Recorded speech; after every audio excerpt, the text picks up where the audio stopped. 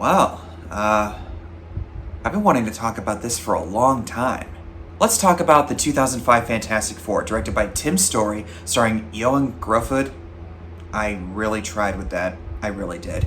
Jessica Alba, Chris Evans, Michael Chiklis, the late Julian McMahon, Kerry Washington, and a few other people. It's basically the origin story of the Fantastic Four and how they ultimately accept their powers to help other people in New York City and how they eventually become a team while dealing with the looming threat of Victor Von Doom. With the new Fantastic Four First Steps coming up soon from the MCU, I thought we all take a look back on the 2005 Fantastic Four, where it all began for many people in my generation. Before that, we had the Roger Corman version, but that was a direct-to-video release. I've only seen a couple of clips of that, and it is pretty awful from what I've seen, but it's also a product of its time, so you have to give it some leeway there. And the same thing can be said for this one. This movie came out in 2005 after the boom of the comic book genre with X-Men, Spider-Man, and also this was the same year of Batman Begins. So the genre was on its way to where it is right now, but there was still some growing pains and some kinks and some fine-tuning that it had to experience.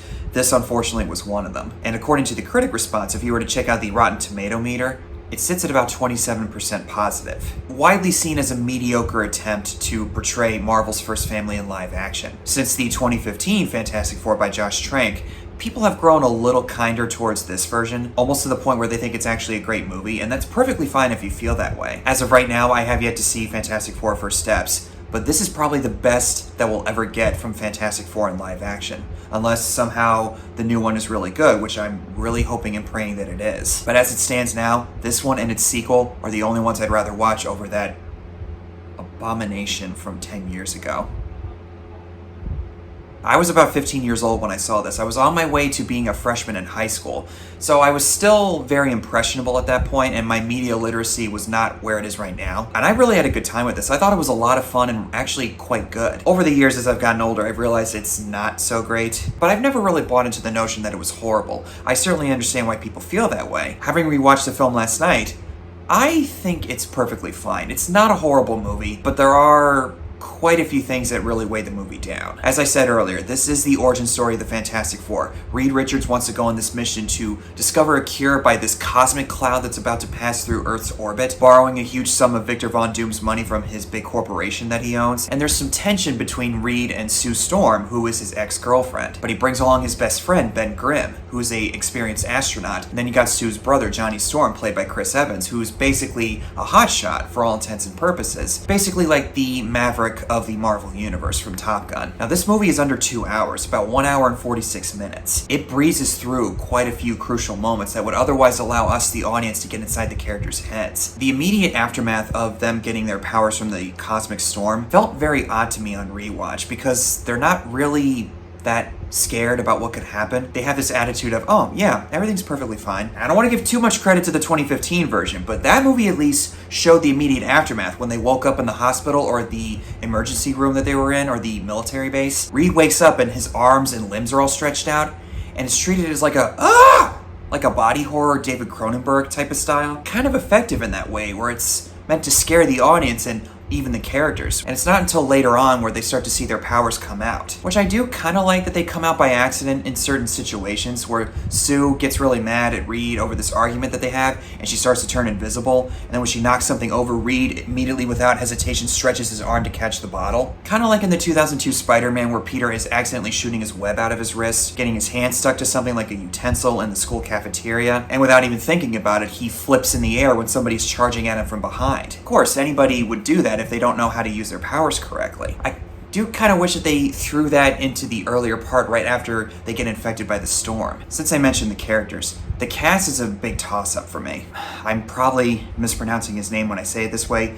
Ioan Gruffudd as Reed Richards. I think he's perfectly fine as Reed Richards. He actually does look the part, I'll say that. With the way he says certain things and how much of a nerd he comes off in certain moments. Basically what I would imagine Reed Richards to be like. And I could sort of understand why Sue Storm chose to break up with him, because he is very analytical, as they describe in the movie. He likes to analyze every single little step before he takes the next one, because he wants to make sure that nothing goes south when they make the final test. But I think there needed to be more context with that.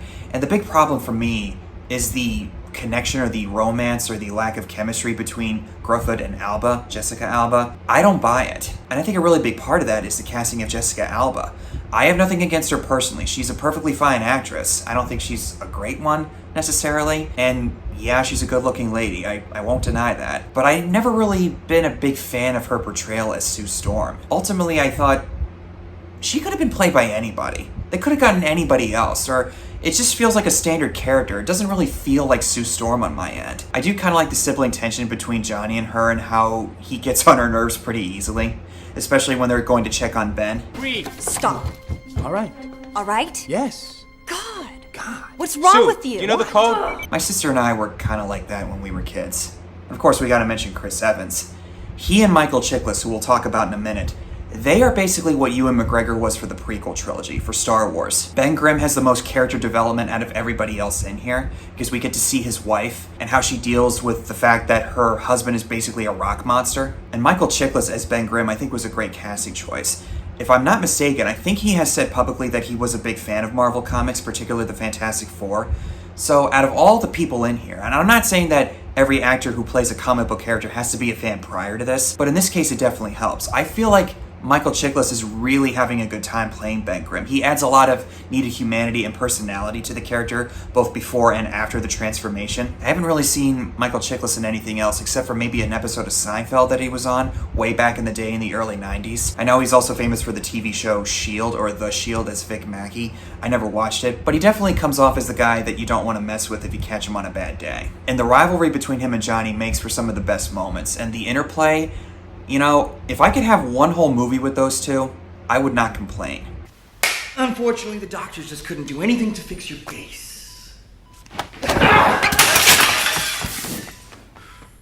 God, Johnny is such a troll. Hey, 2 hearts got busted last time. Maybe she's not over it either. Wow, Dr. Phil, that's deep. Johnny in this movie is basically a walking, talking cliche who rides all these sports cars, these motorcycles, and is chasing all these really good-looking women. And everybody gets on his ass for not taking things seriously as he should be. And there is a moment towards the finale where he does take things a little more seriously when he goes to check on Ben, but it's glossed over pretty quickly. And I wish that we had more time, maybe like a scene with him to kind of reflect on everything that's been happening, and maybe he starts to realize I probably should be a little bit more calm and collected and think before I act first. And that goes for just about every other character in here too. But still, Chris Evans will always get the most laughs out of me whenever I watch this. Now picture that, but everywhere. Cool! And you know what, guys? I think I was flying. My future wife! What is the word for the future wife? Now, I mentioned earlier that there are some decent character moments that we get throughout the film, although I think that they could have been more emphasized. Like when Sue talks about how she thought she was done waiting for Reed when she talks to Ben after he gets into a big fight with Johnny. Or the moment where Ben meets Alicia for the first time, who's a blind woman. By touching him physically, she's able to figure out how he looks, but she still accepts him anyway, giving Ben a sense of hope that he might find new love again after his wife leaves him. A little nitpick about his wife, I do understand why she decides to leave him, although I think they could have drawn that out more by maybe choosing to stick to the promise that she made when he says, remember when we used to say, together forever, no matter what? I would have liked her to at least try to stick it out with him, but then ultimately decide after they go through all the trials and tribulations of trying to cure his powers, that maybe she decides this isn't really worth it. But when she takes off the wedding ring and leaves it on the ground, Ben tries to pick it up, but he can't because of how big his hand is, and Reed comes into his rescue to pick it up for him. Some people will probably find that overly sappy and sentimental. I found that to be very heartbreaking and almost kind of put me on the verge of crying a little bit. I know with this movie, it's probably not saying much, but I also think it speaks to the friendship that Reed has with Ben. Ben is his best friend, and he would do anything for him. And as far as the look of the thing, by today's standards, yeah, it does look dated a little bit, but it's an actual practical suit that Michael Chiklis was wearing, unless I'm getting the details wrong on that one. That's actually, I would say, really impressive. And I'm not saying that you can't do good work with CG or motion capture or anything, which I think that's what they're doing with the upcoming Fantastic Four. And while it doesn't look completely accurate to the size of the thing in the comics, I still buy that's Ben Grimm as the thing. And I also really like how everybody's scared of Ben Grimm, mostly outside of his friends. Even after he saves the firefighters on the Brooklyn Bridge, he's still misunderstood. Kind of like Beast in the X-Men. I also think the charm and the tone is fairly well portrayed from the original comics, even though this is clearly in the 2000s, given the musical choices that are made, like Newts by Sum 41, which plays in the snowboarding scene. It does in a way feel like that's the comic come to life. Maybe not to the levels of Sam Raimi's Spider-Man or Richard Donner's Superman, but as far as that goes, it comes pretty close. The majority of this movie is really them figuring out how their power's operating while they're experimenting in the Baxter building, and how Reed is building this machine to undo all the stuff that was done to them during the storm. And then Victor Von Doom is subtly manipulating certain people against each other, like Ben Grimm against Reed Richards. I spent my whole life protecting you, and for what? So you could play Twister with your girlfriend while I'm the freak of the week? I do kind of like that detail on how Victor's subtly manipulating the situation so he can achieve what he wants, even though it's not really clear what his end game is. He says he wants power, and he's discovering slowly throughout the movie that his body is turning into some kind of metallic alloy. Like with the other characters, except for maybe Ben Grimm, we don't really get a lot of time with Victor Von Doom. I don't know exactly what the big deal is with Dr. Doom. Maybe there's some comics that have delved deep into his backstory and his personality. He just feels like a typical cliched supervillain in this one. Now, this is not a knock against Julian McMahon, God rest his soul, who recently passed away from cancer. I think in certain moments he plays the part fine, and to a certain extent I do buy his disdain or hatred towards the Fantastic Four, but there really wasn't enough emphasis on why exactly he is the way he is. It almost kind of reminds me they were trying to do the Norman Osborn thing, like when the board of directors says they're going to pull out of the deal that they made with Reed Richards, and he has this moment of where he could have screamed at them like, "You know how much I sacrificed?" Then there's the finale when he finally puts on the Doctor Doom costume, a big giant cloak with the metal helmet that was given to him by his home country natives in Latveria. That's Latveria, I apologize for getting the name incorrect. I mean, it's basically a cliched supervillain goes up against the main heroes, but in its own way it is kind of fun. When Ben Grimm comes back as the Thing after he decides that he wants to be this way after all, Victor's constantly one-upping Reed Richards, who tries to prove in his own way that he's smarter than him, but inevitably later on we see that's not true. Johnny going supernova on Dr. Doom, even though he was told that wasn't a good idea when they were experimenting with their powers. Sue trying to contain the flames, getting a nosebleed. Again, a nitpick that I have, but is there a reason for that?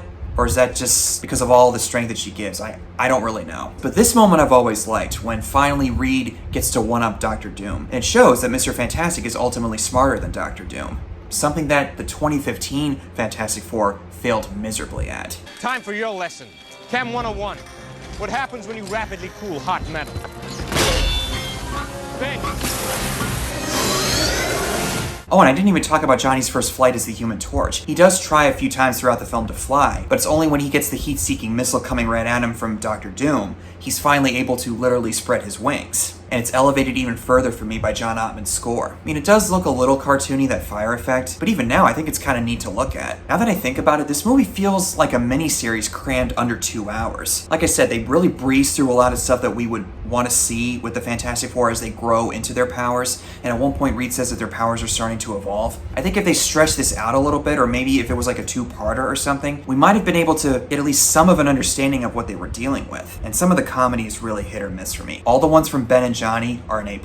The other stuff, sometimes it's okay, other times it really falls flat on its face. Like this moment when Sue turns invisible on the bridge and she has to strip down. It's supposed to be treated as like a funny moment, but it just comes off on my end as forced and awkward. And according to the commentary, Jessica Alba said that they added that scene the moment she was cast as Sue Storm. That should tell you everything you need to know. At the end of the day, the 2005 Fantastic Four isn't exactly a great movie, probably mediocre or decent at best, but you could watch it and have some reasonable, enjoyable fun. If anything, you got Chris Evans as Johnny Storm and Michael Chiklis as Ben Grimm. If you watch it for those 2 guys alone, you're gonna have a good time, especially when you compare it to the 2015 Fantastic Four.